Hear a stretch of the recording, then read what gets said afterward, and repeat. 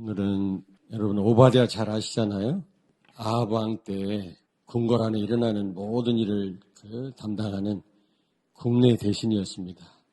근데 왕이 그 왕후와 함께 최고로 우상을 섬길 때거든요. 주의 종을 잡아 죽일 때. 최악의 어떤 종교적인 대치 상황, 그럴 때가 있지 않습니까? 그런데 이런 상황에서 오바댜가 어떻게 그리스도를 누렸는가? 우리도 이런 상황을 맞이할 때가 있거든요. 그럴 때 우리는 어떻게 대처하면 되겠나? 우리는 이럴 때 우리가 그리스도를 어떻게 누리면 되겠나? 그리스도는 모든 문제 해결자 아닙니까? 이 삶을 누린다면 문제될 게 없을 뿐만 아니라 삶이 거기에 상응하는 삶이 있어야 돼요.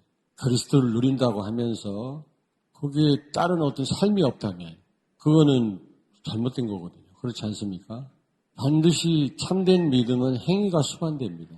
참된 믿음은 생산적입니다. 역사가 일어나게 돼 있어요. 우리가 완전할 수는 없습니다. 실수할 수도 있어요. 그런 삶이 따라가 주지 않는다면 그거는 가짜 믿음이에요. 어떻게까지 생각할 수 있냐면 구원 못 받은 사람일 수도 있어요. 너희 믿음을 확인해라 그랬거든요. 고린도 교회 교인들에게 바울이 열매를 보고 나무를 안다고 그랬잖아요. 고의적으로 범죄를 계속한다. 누구를 미워하되 1년, 2년, 3년을 미워한다. 사단한테 완전 잡힌 사람이거나 아니면은 믿음은 가짜다. 그렇게까지 볼 수가 있는 겁니다. 성경이 그렇게 얘기하고 있다니까요. 이 오바댜는 삶이 있잖아요.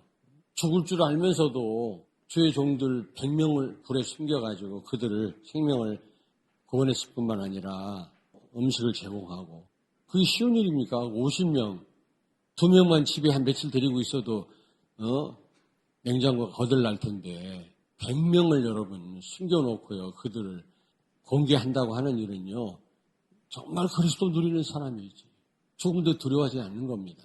오바댜의 위치, 어떻게 보면 상황이라고도 할 수 있겠죠. 그때 상황. 아합의 국내 대신입니다. 궁궐 안에서 모든 것을 책임지는 고위 관리죠.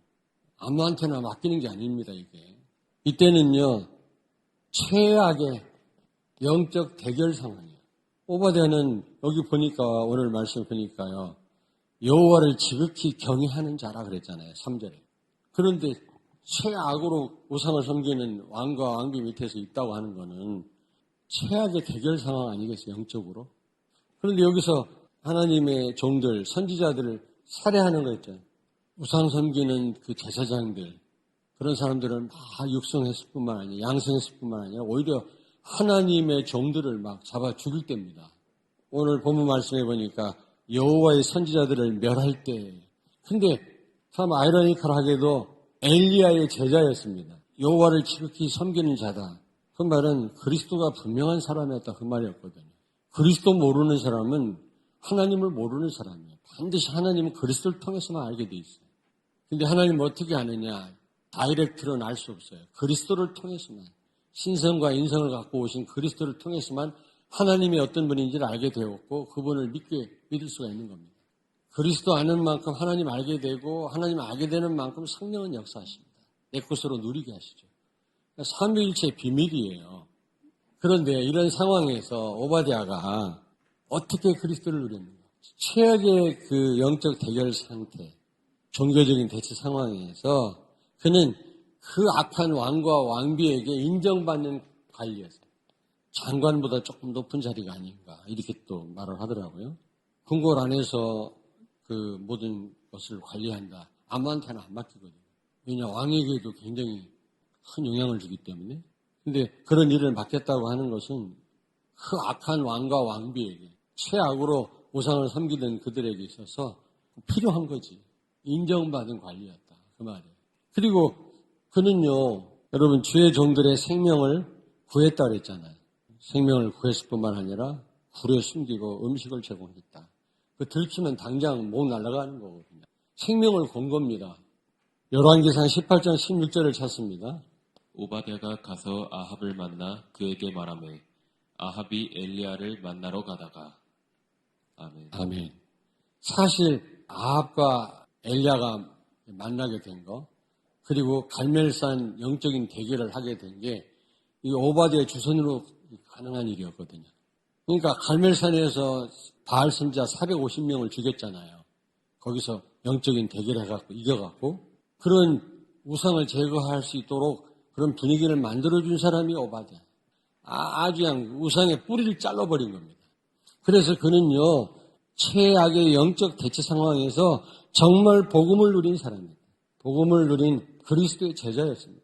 많은 사람들이 이런 상황에서 힘들겠죠. 타협합니다. 아니면 포기합니다. 그런데 이 오바댜는요, 어떻게 했어요? 정말 복음을 누렸어요.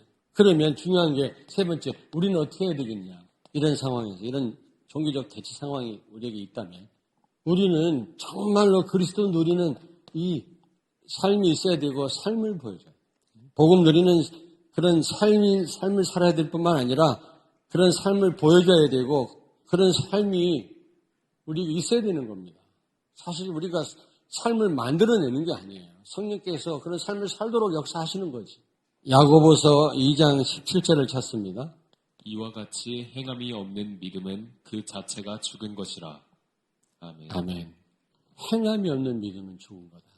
여러분, 로마서에 보면은 한 번 구원은 취소되지 않는다. 구원은 영원하다. 우리는 하나님 자녀다. 이 사랑을 끊을 자가 없다. 그 어떤 것도. 그 부분을 강조하잖아요. 왜 그런 말씀을 썼는지 아세요, 바울이? 로마 사람들은 삶이 있어요. 로마 황제 10명이 그렇게 핍박하고 죽이고 막 해도 지하 불을 파고 거기서 살면서까지 믿음을 지켰거든요. 그들을 위로하기 위해서 바울이 믿음을 강조한 믿음. 하나님 편에서 그들을 위로하기 위해서. 한번 구원은 영원한 구원이다. 근데 야고보서에 보니까 행위를 강조하고 있거든요. 왜 그런지 아세요? 믿음이 있다고 하면서 행위가 없으니까 행위를 강조하는. 같이 가는 겁니다, 여러분. 충돌하는 게 아니에요. 야고보서와 로마서는 충돌하는 게 아니라 같이 가야 돼요. 참된 믿음은 반드시 행위가 수반되는 거예요. 야고보서 2장 19절을 찾습니다. 내가 하나님은 한 분이신 줄을 믿느냐? 잘하는도다. 귀신들도 믿고 떠느니라. 아멘. 아멘. 예수님을 만난 이 귀신 들린 사람, 귀신이 예수님을 제자들보다 더 많이 알았어요. 더 먼저 알아봤어요. 그렇다고 귀신들이 믿음 있는 게 아니잖아요. 예수님을 잘 알 뿐이지. 복음을 잘 안다고 그게 참된 믿음이냐? 안 그래요. 행위가 수반돼야 참된 믿음이에요. 훈련을 많이 받았다고 그 사람이 참된 믿음이냐? 아니에요. 삶이 수반돼야 돼요. 근데 삶은 있는데 복음을 모른다. 그거는 또 잘못된 거지, 그거는. 야고보서 2장 22절 찾습니다. 내가 보거니와 믿음이 그의 행함과 함께 일하고 행함으로 믿음이 온전하게 되었느니라. 아멘. 정말 하나님이 인정하시는 믿음, 온전한 믿음은 행위가 수반되는 겁니다. 정말 그 예수 그리스도를 믿는 믿음과 삶이 일치되는 거죠. 그리고 여기 보니까 22절에 믿음이 그의 행함과 함께 일하고, 그 말은 믿음은 반드시 참된 믿음은 그리스도 누리는 사람은 행위가 수반된다.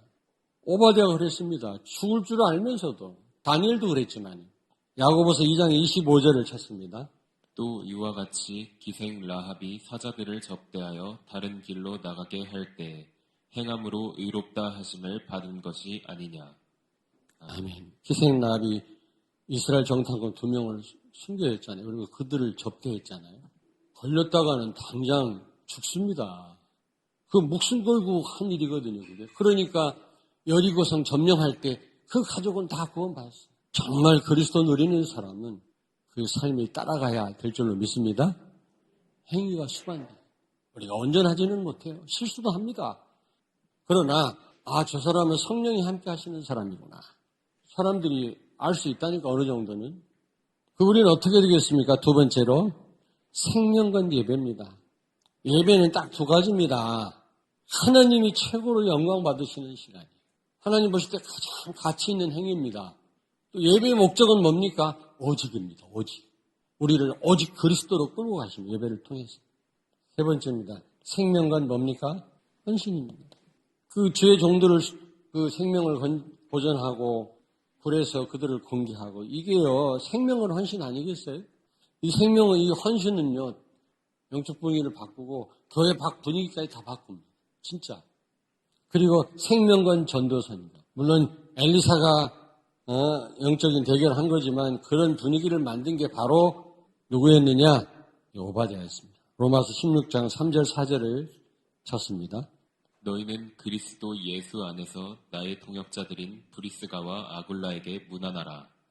그들은 내 목숨을 위하여 자기들의 목까지도 내놓았나니 나뿐 아니라 이방인의 모든 교회도 그들에게 감사하느니라. 아멘. 이 브리스라 아굴라 부분은요, 바울을 위하여 모든 걸 다 헌신했을 뿐만 아니라 목까지 내어놓았다 그랬어요. 결국 이 브리스라 아굴라의 그런 생명과 헌신을 통해서 세계 복음화, 로마 복음화에 큰 문이 열렸잖아요.